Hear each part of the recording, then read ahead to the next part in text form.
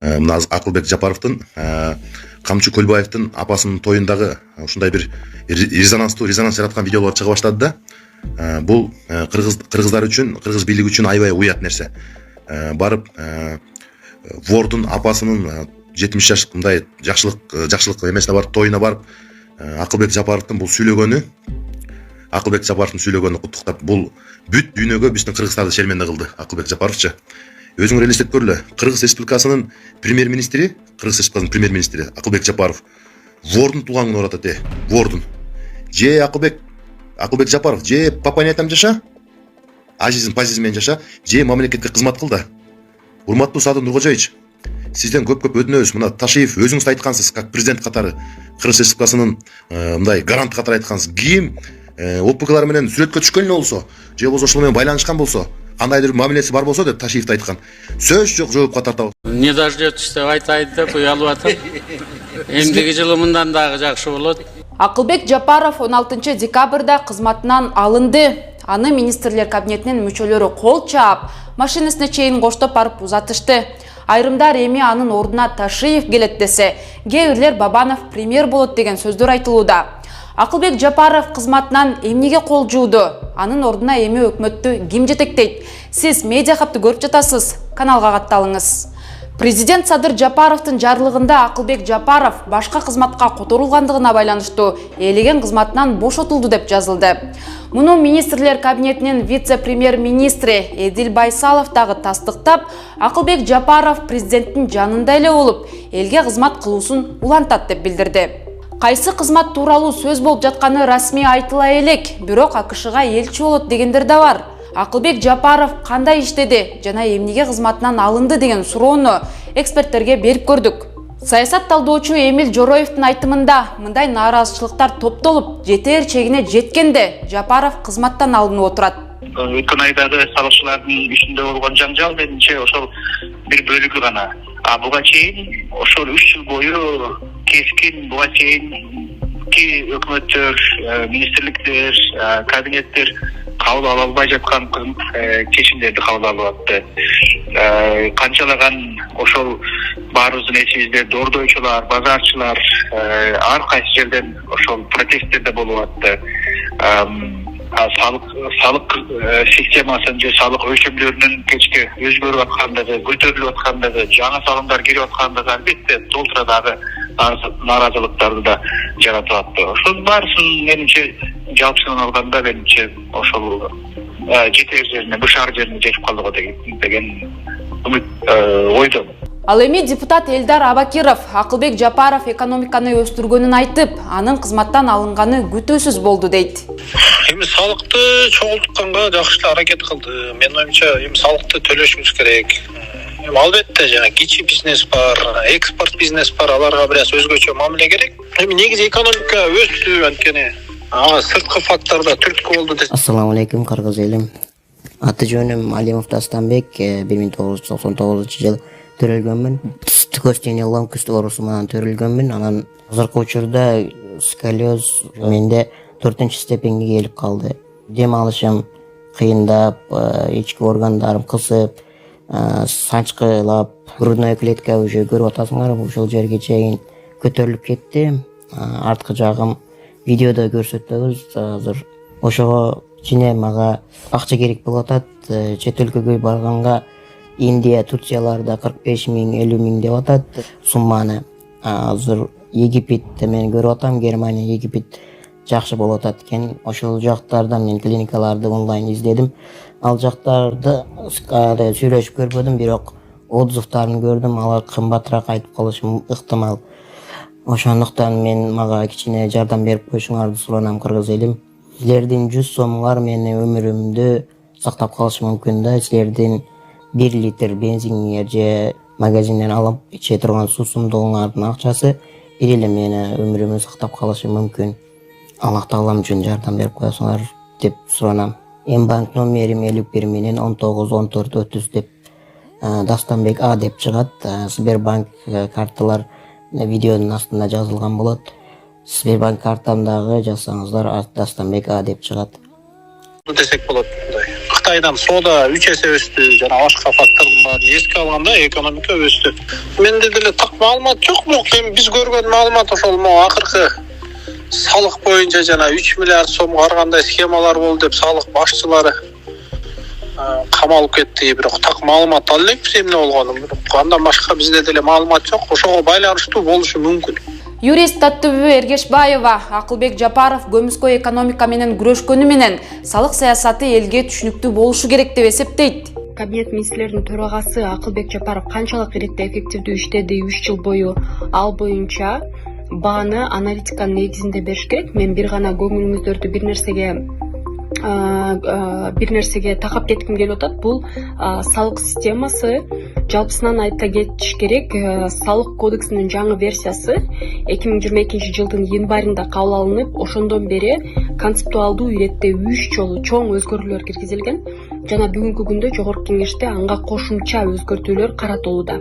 Ошонун ичинде система салыктык көзөмөл, салыктык жүк системасы жана эмгек акысын, ортончо эмгек акысынын ставкасын Бишкек боюнча ар бир регион боюнча көбөйтүү жана ошолордон салык жана социалдык төлөмдөрдү төлөө боюнча өзгөчө мыйзамда өзгөрүүлөр чоң көрсөтүлгөн болчу.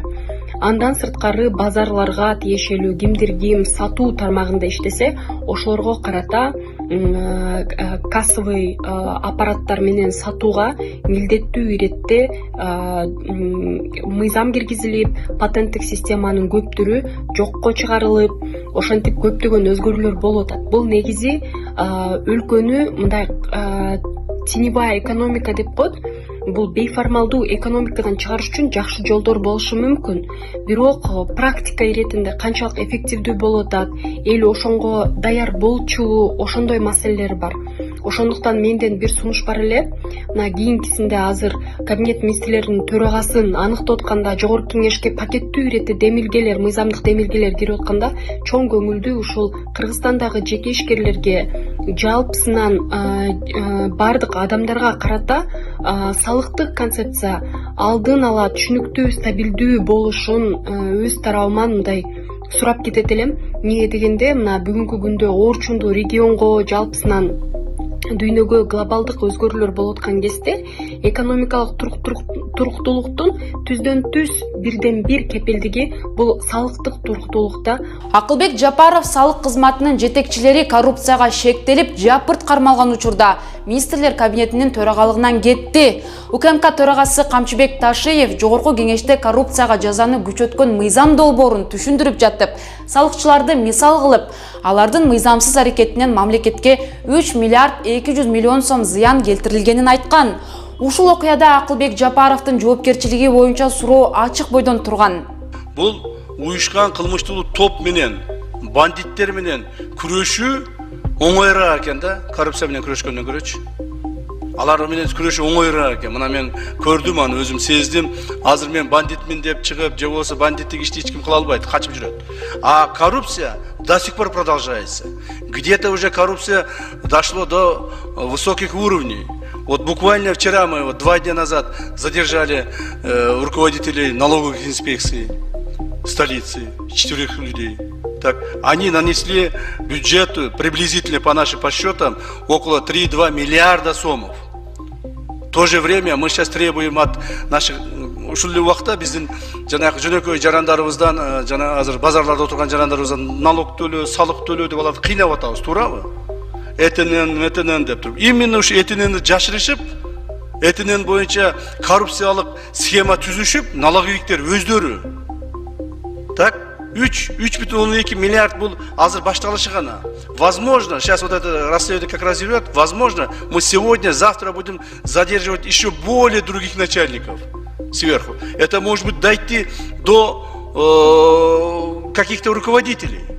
Андан кийин эле президент экономика министрлиги сунуштап жаткан унааларды техникалык кароодон милдеттүү өткөрүү мыйзам долбоорун коррупцияга жол ачарын айтып, коомдук талкуудан алдырган. Экономика министрлиги мындай сунушту министрлер кабинетинин төрагасы менен макулдашпай туруп бере албайт.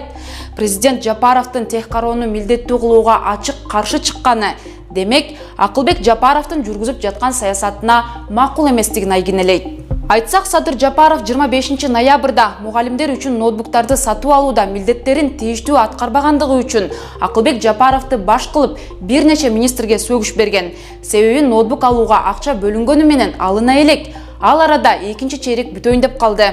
Андан сырткары экономика министрлиги курулуш компанияларга 12% салык салуу сунушу кыйла сынга алынган. Мындан тышкары өкмөт жолдо көп жүргөндөр көп төлөшү керек деп, жаңы жылдан тарта ар бир литр бензинге 1 сом төлөө сунушун киргизип, бул мыйзам долбоору жогорку кеңеште колдоо тапкан. Өкмөттүн маалыматы боюнча айдоочулардан чогулган акча жолдорду оңдоп түзөөгө жумшалат. Бирок бул демилгеге нааразы болгондор көп. Анткени аны менен катар бензин жана газдын баасы да кымбаттап жатат деп жүйө келтиришкен. 11 декабрда жогорку кеңеште жыл жыйынтыгын чыгарган жыйында депутат Султанбай Айжигитов министрлер кабинети реалдуу ички дүң продукциянын көрсөткүчүн туура эмес эсептеп жатат деп нааразы болгон. Ага чейин Акылбек Жапаров өлкөнүн реалдуу ички дүң продукциясы 11 айда 9%га өскөнүн билдирген болчу. 2021-2023 жылдардын жыйынтыгы менен номиналдуу ички дүң продукция менен жана реалдуу ички дүң продукция менен айырмасы 503 миллиард сом болуп атат. Ал эми келе жаткан силердин эле ушул эсебиңер менен келе жаткан 27 жылга чейин уже айырмасы 1 триллион сом болуп калып атат.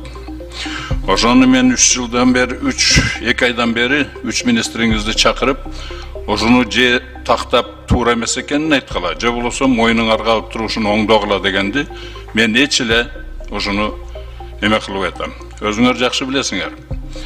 Расмий документтерге алдын ала жалган маалыматтарды берген бул кылмыш. Бул служебный подлог деп коет муну. Акылбек Жапаровдун ордуна министрлер кабинетинин төрагасынын милдетин Адылбек Касымалиев аткармай болду.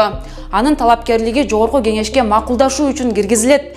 64 жаштагы Касымалиев кесиби боюнча экономист, эмгек жолун 1984 жылы илимий кызматкер катары баштаган.